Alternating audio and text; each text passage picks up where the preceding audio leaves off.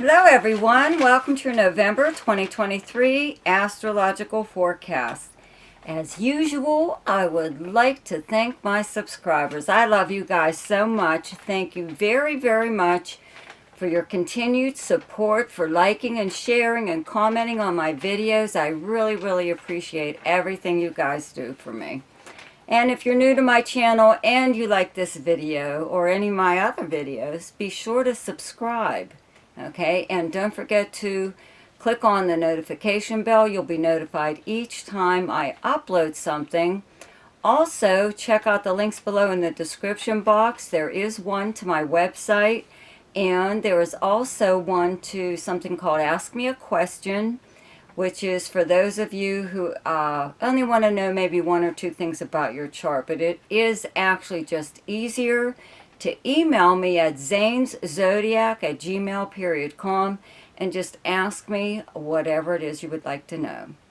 Okay, so here's the way the month is going so far. Okay, Venus is still in Virgo up until the 8th. Okay, then it will move into Libra. Also, I have to mention on the 4th, Saturn finally turns direct. Okay, Saturn in Pisces. Okay, so Mercury is still in Scorpio up until the 10th, and then on the 10th it moves into Sagittarius, and then there is a new moon in Scorpio on the 13th. The Sun is still in Scorpio up until the 22nd, and then on the 22nd it moves into Sagittarius, and Mars is still in Scorpio up until the 24th, and then it moves into Sagittarius. And there is a full moon in Gemini on the 27th. Okay, so now for your forecast. Hi, Virgo. So, Venus is still in your sign up until the 8th, so remember to milk it for all you can.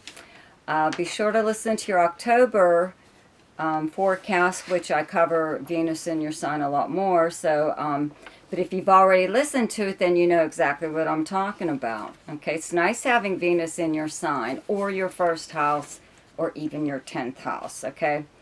But the Sun is still in Scorpio in your 3rd house up until the 22nd. Mercury is still here up until the 9th. There's a new moon in Scorpio. And let's see here. The Sun is here up until, again, the 22nd. Sorry. Mars until the 24th. Okay, so you still have all these planets in your 3rd house of like your local area. Okay, your neighbors, your like neighborhood, the places you would go throughout the normal course of your day, and the people you might interact with, or businesses you would patronize, or just whatever. It's your neighborhood, your local area. Okay, it's also the house of communications and short distance travel, and this is where you actually like receive or send postal mail, regular postal mail, or any kind of communication, like a text message or email or voicemail, something or other. Okay, even Skype or something or other. This is an internet house too. Okay, so the new moon here is actually, new moons bring a new beginning. So there could be something that you are interested in either starting at this time within maybe some kind of group thing with your neighbors, or there could be a new business that's moving to your area that you like just want to check out. Or it could be like just like some kind of gathering. 3rd house is also siblings and cousins and aunts and uncles, so you could actually have a lot more contact with them at this time, like more than you do at any other time. It could be something that maybe you're planning, making plans with them for upcoming holidays or whatever, but with Mercury still here since last month, you may have either done a little bit of local travel or just tri-state area kind of travel, or a day trip somewhere, or overnight or weekend trip or whatever. But you may have just also done an awful lot of running around within your own neighborhood. Actually doing things that you either don't normally do. You could actually have people visiting you that are in from out of town, and that is why you're going to all these places that maybe you haven't been to for a while. But you're showing somebody around. You're showing them a good time, okay? Or they're, you know, and it looks like, because you do have Venus still in your sign, that they're picking up the tab. So people could actually be taking you around somewhere, even if it's just a lunch or out for drinks or whatever. With Mars here, you know, it does help you, along with this new moon on the 13th, possibly begin something or set somebody straight. You know, there could be something going on within your neighborhood that you've been putting up with. It's probably not a very big deal, but it is something that you would like to talk to, let's say, like a certain neighbor about. Maybe they are doing something, even if it's just like parking in your spot, or maybe being too loud, or doing something or other. But Mars here does give you the you know, the courage, more or less. Not that you don't have any, but it does give you the enthusiasm, you know, to want to take care of something like this right now. And that could happen around that new moon. You know, you're setting things straight, more or less, or putting them the way you would like them to be. You could also have some kind of conversation with just anyone at this time. Doesn't necessarily have to be a neighbor. It could even be in the written word. It doesn't have to be verbal. So you could drop someone a little note, a text, an email, something or other, you know, that you would like to get off your chest, you know. Especially if you're not, like, in the mood to, like, have confront somebody that's confrontational, right?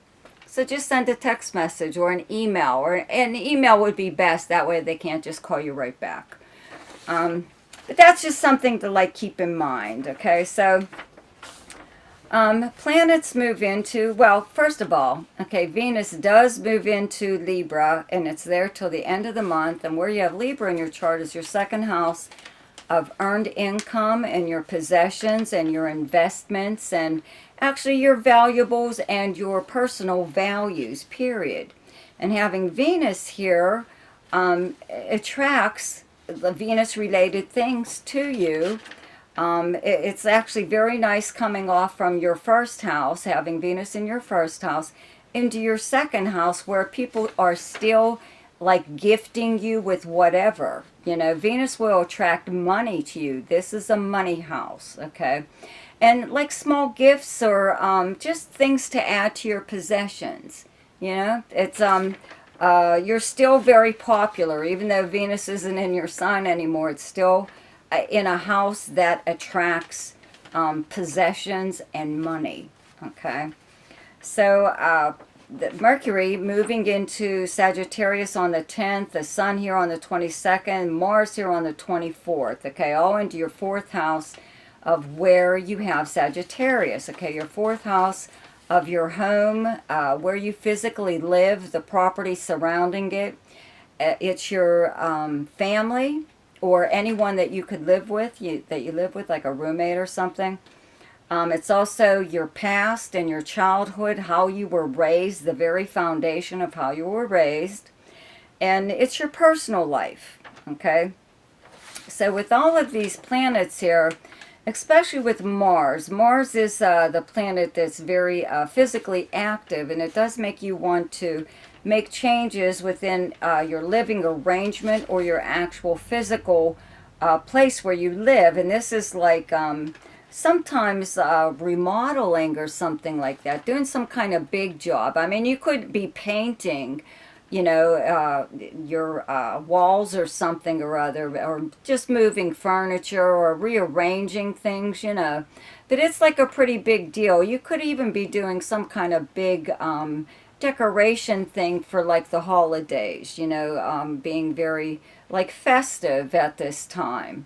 Okay, with Mercury and Mars here at the same time, and the Sun, this is a lot of times where you may have a lot more contact with family, usually immediate family, but it could be distant relatives also, you know. But you could be hearing from a lot of people from your past, especially like people that you went to school with, stuff like that.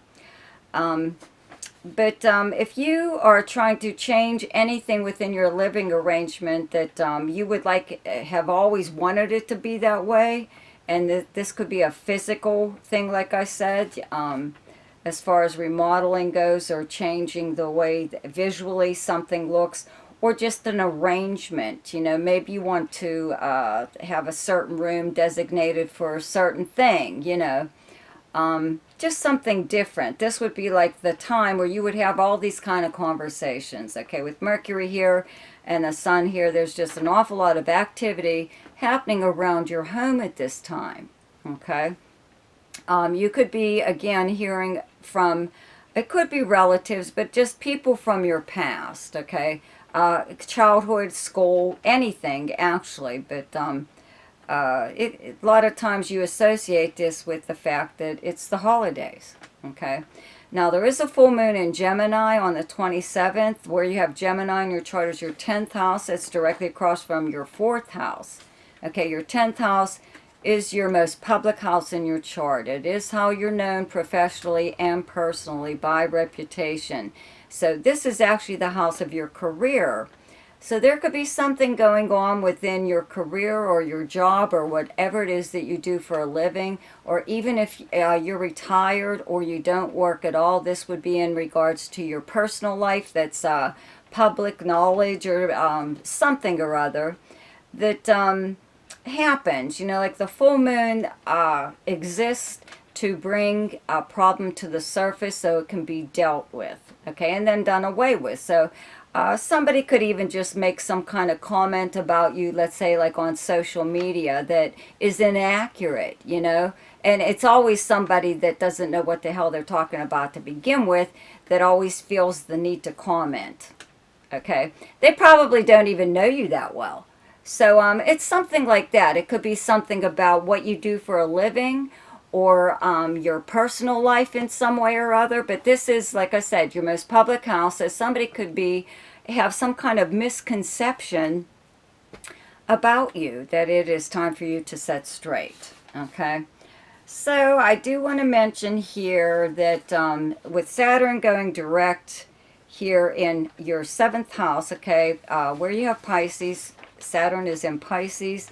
Pisces is your opposite sign. Okay, so your 7th house is your close relationships and partnerships, arrangements and agreements. And if this area has slowed down for you lately, it will take a while to pick up or move forward in something or other. If you have like a stalemate with someone in any kind of negotiations, especially like business, okay?